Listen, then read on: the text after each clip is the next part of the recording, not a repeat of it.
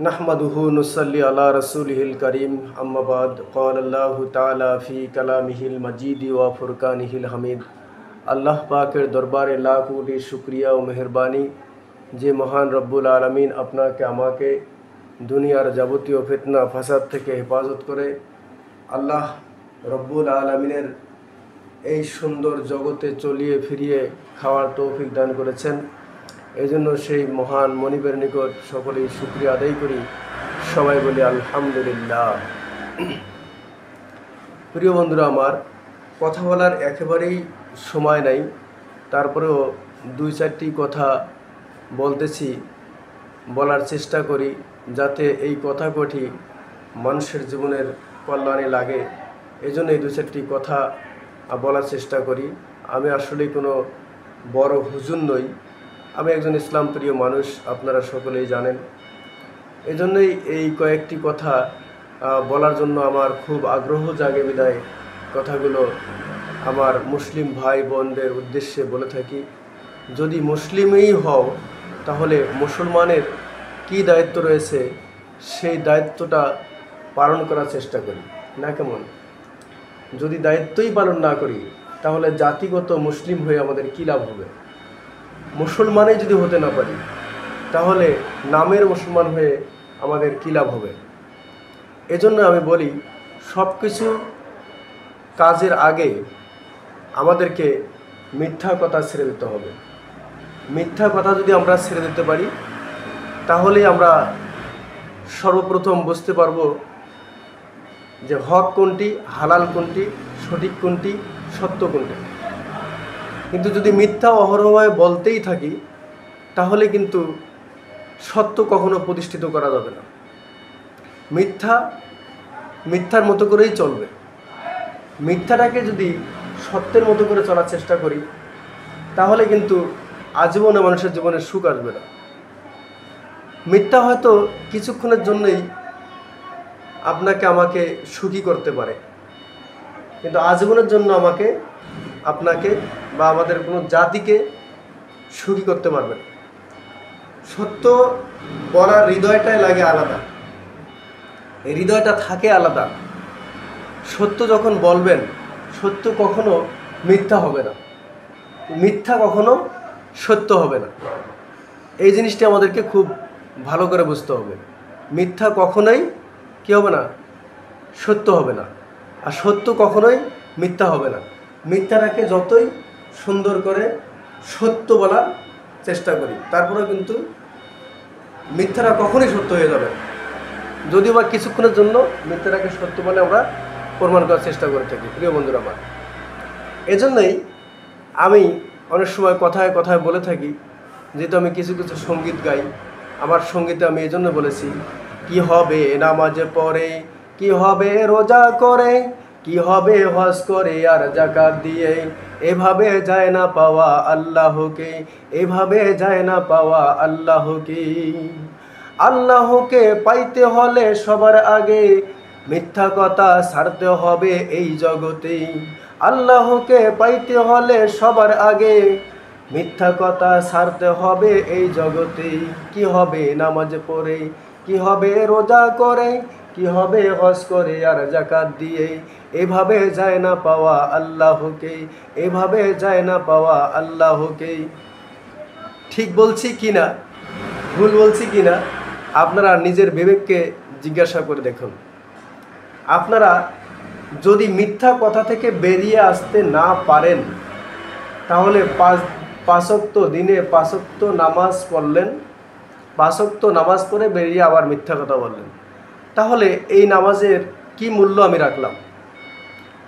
আমি হজ করতে যাই, প্রতি বছরে বছরে হজ করতে যাই, কিন্তু হজ করে এসে মিথ্যা কথা বলা, কামলাকে ঠকানো, স্ত্রীকে ঠকানো, স্ত্রীর হককে আদায় না করা, এলাকাবাসীর সামনে মিথ্যা কথা বলা, অহরহ মিথ্যাটাকে সত্য বলে চালিয়ে দেওয়া, তাহলে আমার এই হজ করে কী লাভ হবে? আমার এই হজের কী মূল্য থাকবে? আমি এই হজের জন্য কি জবাবদেহি করব? এই জন্যই মিথ্যা কথা সবার আগে পরিহার করতে হবে। একটা কবিতা পড়েছিলাম ছোটোবেলায়, সেই কবিতাটার নাম ছিল বাপুরাম সাপুরে। কোথায় যাস বাপুরে, আয় বাবা দেখে যা, দুটি সাপ রেখে যা, যে সাপের চোখ নেই, শিং নেই, নখ নেই, ছোটে নাকি হাঁটে নাকি, কাউকে যে কাটে না। আচ্ছা বলুন তো, এই যে কাউকে কাটে না, হাঁটে না, চোখ নাই, মুখ নাই, আবার সেই সাপটাকে মারার জন্য লাঠি সোটা আনতে বলতেছে। এই সাপটা নাকি ফুসফাসও করে না কো ফুসফাস, মারে না কো ঢুসঢাস, নেই কোনো উৎপাত, খায় শুধু দুধ ভাত। সেই সাপ জ্যান্ত, গোটা দুই আনতো, তেরে মেরে ডান্ডা, করে দেব ঠান্ডা। আচ্ছা ভাই, কবিতাটা সত্য নাকি মিথ্যা কবিতা একটু ভেবে বলবেন তো। এই যে কবিতাটা লেখা হলো, এই কবিতাটা সম্পূর্ণভাবে একটা মিথ্যা কবিতা লেখা হলো। যেই সাপটার চোখ নাই, মুখ নাই, হাঁটে না, ছোটে না, কাটে না, ফুসফাস করে না, সেই সাপটা নাকি দুধ ভাত খায়। আবার সেই সাপটা নাকি জ্যান্ত। আবার সেই সাপটাকে মারার জন্য লাঠি সোটা নিয়ে আসতে বলতেছে, লাঠি সোটা নিয়ে আসো, আমি ওই সাপটাকে মারব। আচ্ছা বলেন দেখি, এ আবার কোন বীর বাহাদুর, যে সাপটা মরায় রয়েছে এই সাপটাকে কি আবার মারতে হবে? এটা তো মরা সাপ। যে ব্যক্তি কবিতাটা লেখলো, যারা পড়লো, যারা প্রচার করলো, এরা সবাই কি ভেবে দেখলো না একবারও যে এই মিথ্যা কথাটা কীভাবে প্রচার করি? এইরকম আমরা মিথ্যা কথাটাকে এমনভাবে চালিয়ে দেওয়ার চেষ্টা করতেছি, আন্তর্জাতিক ভাষা বানিয়ে ফেলেছি এই মিথ্যা ভাষাটাকে, মিথ্যা কথাগুলোকে। এই মিথ্যা কথাগুলোকে যতক্ষণ আপনি, আমি, আপনারা, আমরা পরিহার করতে পারবো না, বাদ দিতে পারবো না, ততক্ষণ পর্যন্ত সমাজে শান্তি প্রতিষ্ঠিত হবে না, দেশে শান্তি প্রতিষ্ঠিত হবে না, দেশ থেকে লুটতারাজ, ছিনতাই এগুলো বিদায় হবে না, মানুষের ভিতরে ভয় থাকবে না। যতক্ষণ পর্যন্ত মিথ্যা কথা ছাড়বে না, ততক্ষণ মানুষের ভিতরে ভয় ঢুকবে না। যখনই সে মিথ্যা কথা ছেড়ে দেবে, তখনই তার ভিতরে অটোমেটিকলি একটা ভয় ঢুকে যাবে। আর এই ভয় যখনই ঢুকবে, তখনই আল্লাহ পাকের তাকওয়া তার ভিতরে কি বলে, আপনাকে স্তম্ভ করে বসবে, অর্থাৎ খুঁটি হয়ে বসবে। যদি মিথ্যা কথা বলতেই থাকি, সত্যের মতো করে চালিয়ে দিতে থাকি, তাহলে আজীবন মিথ্যা কথা বলবেন, সাময়িক কিছু সুখের দেখা হয়তো পাবেন, কিন্তু পরবর্তীতে এই সুখটা আপনার আর থাকবে না, এই সুখ ধরে রাখার মতো নয়। কারণ আপনার আমার জন্য আল্লাহ পাক দুনিয়ার মানুষের জন্যই হাবিয়া জাহান্নাম তৈরি করে রেখেছেন। এই জাহান্নামে পড়তেই হবে, আপনাকে আমাকে যেতেই হবে। কি জন্য জানেন? এই যে মিথ্যা কথাটাকে সত্যের মতো করে বলার কারণে। আপনি এমনভাবে মিথ্যা কথাটা সাজিয়েছেন, যে কথাটা কেউ সত্য বলে বিশ্বাস না করেই পারবে না। যেমন যে কথাটি, কবিতাটি বললাম, এই কবিতাটির মধ্যে যদি আমরা একটু বিশ্লেষণ করে দেখি, আচ্ছা বলুন তো, যে সাপটা ফুসফাসও করে না, যেই সাপটা কোনোদিন হাঁটেই নাই, যেই সাপটা এরকম ঢুসঢাস করে নাই, শিং মাথা মুখ কিছুই নেই, মুখও নেই, চোখও নেই, আবার শিংও নেই, যার মুখ নেই, যার শিং নেই, যার চোখ নেই, এটা কি সাপ? এটা কি? এটা সম্পূর্ণ একটা মিথ্যা কথা ছাড়া আর কিছুই নয়। মিথ্যা কথা দিয়ে আমরা ছোটোবেলা থেকেই এমনভাবে এই মুসলিম সমাজকে ধ্বংস করা হচ্ছে, ছোটোবেলা থেকেই বাচ্চাদেরকে শিক্ষা দেওয়া হচ্ছে মিথ্যা কথা। স্কুল, কলেজ, বিভিন্ন শিক্ষা প্রতিষ্ঠানে মিথ্যা কথা দিয়েই শুরু করতেছি ছেলে মেয়েদের জীবন, আমাদের সোনামণিদের জীবন, কিশোর কিশোরীদের জীবন। মিথ্যা কথার জীবনের শুরুতেই যেহেতু চালু হয়ে গেছে, এই মিথ্যা কথা আপনার আমার কাছ থেকে সহজেই বাদ যাবে না। কারণ আপনি যতই ইমানের দাবি করেন না কেন, এই ইমানটাকে শক্ত করতে অনেক কষ্ট লাগবে। শক্ত করতে কি লাগবে? কষ্ট লাগবে। কী জন্য জানেন?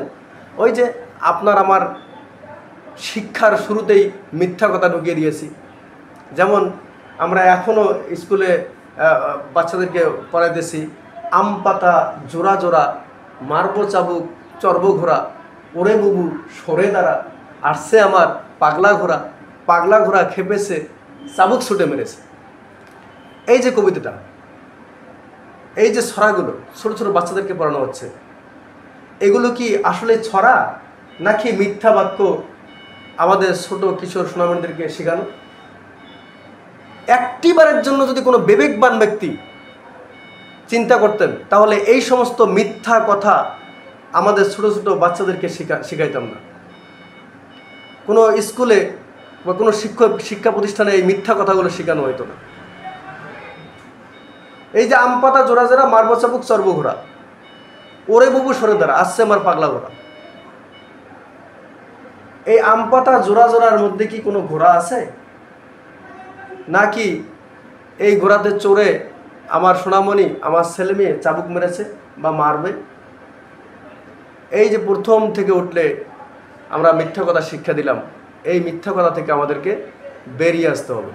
যদি এই মিথ্যা কথা থেকে বেরিয়ে আসতে না পারি, তাহলে এই জাতি, এই মানব সন্তানেরা, এই মানুষ কোনোদিনও সত্যের সন্ধান পাবে না, সোনালি দিন পাবে না। এজন্যই আপনাদেরকে আমি সবসময়ের জন্য বলে থাকি যে আমি তো ছোট মানুষ, আমার কথা আর কয়জনে শোনে, কে বা শুনবে? এই মিথ্যা কথা পরিহার করুন, সত্য কথা বলুন, সোনালি স্বপ্ন প্রতিষ্ঠিত হয়ে যাবে। মিথ্যা কথা বলবেন তো হতাশ করতেই এই জীবন পার হয়ে যাবে। সত্যের সন্ধান পাবেন না, সোনালি দিন আসবে না, সুখ জীবনে জুটবে না। এখন থেকে মিথ্যা কথা বলে আপনি জীবন পার করতেছেন, আপনার সোনামণিরাও যখন বড় হবে তখন আপনার সামনে গিয়ে মিথ্যা কথা বলবে। আপনি যেরকম ছোট থেকে মিথ্যা কথা শুনে শুনে বড় হয়েছেন, এখন মিথ্যা কথা বলতেছেন, এরকম আমাদের ছেলেমেয়েগুলো ছোটোবেলা থেকে মিথ্যা কথা বলে বলে, মিথ্যা কথা শিখে শিখে বড় হচ্ছে। ছোট হলে বাপ মাকে ফাঁকি দেবে, ওস্তাদকে ফাঁকি দেবে, স্কুল কলেজ ফাঁকি দেবে। আর যদি তাদেরকে ধরতে যাই, বলতে যাই, সে এমন সুন্দর করে মিথ্যা ভাষাটাকে সাজিয়ে আপনার আমার সামনে উপস্থাপন করবে, আপনি আমি বুঝতেই পারবো না যে এটা মিথ্যা কথা বলেছে আমার ছেলে, আমার মেয়ে বা আমার আত্মীয় স্বজনরা, আমার বন্ধু বান্ধবেরা। এজন্যই আমি সবসময়ের জন্য আপনাদের কাছে দাওয়াত করে থাকি। আজকে সময় বেশি নেই, কথা বলতে পারতেছি না, তারপরে কিছু কথা বলার চেষ্টা করলাম। মিথ্যা থেকে বেরিয়ে আসি, সত্যকে প্রাধান্য দেই, বাবা মায়ের কাছে সত্য কথা বলি, ওস্তাদ পীরের কাছে সত্য কথা বলি, এবং আমরা সব সময় সদা সর্বদা সত্য কথা বলার চেষ্টা করি। ইনশাআল্লাহ আগামীর দিনে আমাদের জন্য সোনালি দিন অপেক্ষা করতেছে। আর নয়তো যেরকম হতাশ জীবন নিয়ে জীবন পরিচালনা করতেছি, এরকম হতাশ জীবন আপনার আমার জীবনে চলতেই থাকবে। সুখ, শান্তি আর সোনালি দিনের স্বপ্নই দেখা হবে, স্বপ্ন আর পূরণ হবে না। এজন্য আমি আমার বন্ধু বান্ধব, আমার সকল ভাই ব্রাদার, আত্মীয় স্বজন সবাইকে বলে থাকি যে আমরা কখনোই মিথ্যা বলবো না এবং সত্য ছাড়ব না। আমরা সকলেই 5 ওয়াক্ত নামাজ পড়ব। আমি সবসময়ের জন্য যে কথাটা বলে থাকি সেই কথাটা সবার লাস্টে আবার বলছি, আমরা গরিব, অসহায়, দুস্থ, এতিম, অনাথ এনাদেরকে ভালোবাসবো। একই সারিতে দাঁড়িয়ে, একই কাতারে দাঁড়িয়ে আমরা নামাজ আদায় করব এবং সবাই এক সমাজে বসবাস করব। হিংসা বিদ্বেষ ভুলে যাব। সোনালি দিন বয়ে আসবে। আপনার আমার জন্য সোনালি দিন অপেক্ষা করতেছে, শুধুমাত্র চাচ্ছে যে এই সোনালি দিন আমাকে কেন তারা ডাকে না। সোনালি দিন অপেক্ষা রয়েছে, এই সোনালি দিনের অপেক্ষার পালা শেষ হবে আপনার আমার সত্য কথা বলার মাঝখান দিয়ে, সত্য বলার মাঝখান দিয়ে সত্য কথা বলি, সোনালি দিন প্রতিষ্ঠিত করি এবং গরিব, অসহায়, মিসকিনদেরকে ভালোবাসি, তাদেরকে নিয়ে আমাদের সমাজ গঠন করি, সবাইকে নিয়ে একসাথে পথ চলি। এবারেই শেষ করছি। আসসালামু আলাইকুম ওয়া রাহমাতুল্লাহি ওয়া বারাকাতুহু।